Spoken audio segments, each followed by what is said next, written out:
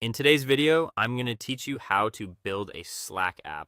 We'll walk through the full setup process inside the Slack app console, then connect it to a simple Python app so you can test commands and app mentions in your workspace. This is a great way to create custom integrations, automate responses, and experiment safely in a development environment. Start by opening your web browser and going to the Slack app console. Once you're there, click the button to create a new app, then choose the option to build it from scratch. Enter a unique app name, and from the Development Workspace dropdown, select the Slack workspace where you have admin access. Then click Create App.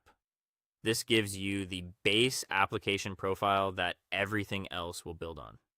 Next, enable socket mode. In the left sidebar, open the socket mode section and turn it on. Slack will prompt you to create an app level token. Give that token a simple label, generate it, and then copy the token that begins with the app level prefix. Store it somewhere safe on your local machine. Socket mode is especially useful during development because it lets your app communicate with Slack over a WebSocket connection, so you don't need to expose a public URL. After that, configure your app permissions. In the left sidebar, open OAuth and permissions, then scroll down to the scopes section. Under bot token scopes, add the permissions for reading app mentions, writing chat messages, and using commands. These scopes allow your app to detect when it's mentioned, send messages into Slack, and respond to /commands. Once those scopes are added, go back to the top of the page, click Install to Workspace, and approve the installation. Then copy the bot token that starts with the bot token prefix and store that securely as well.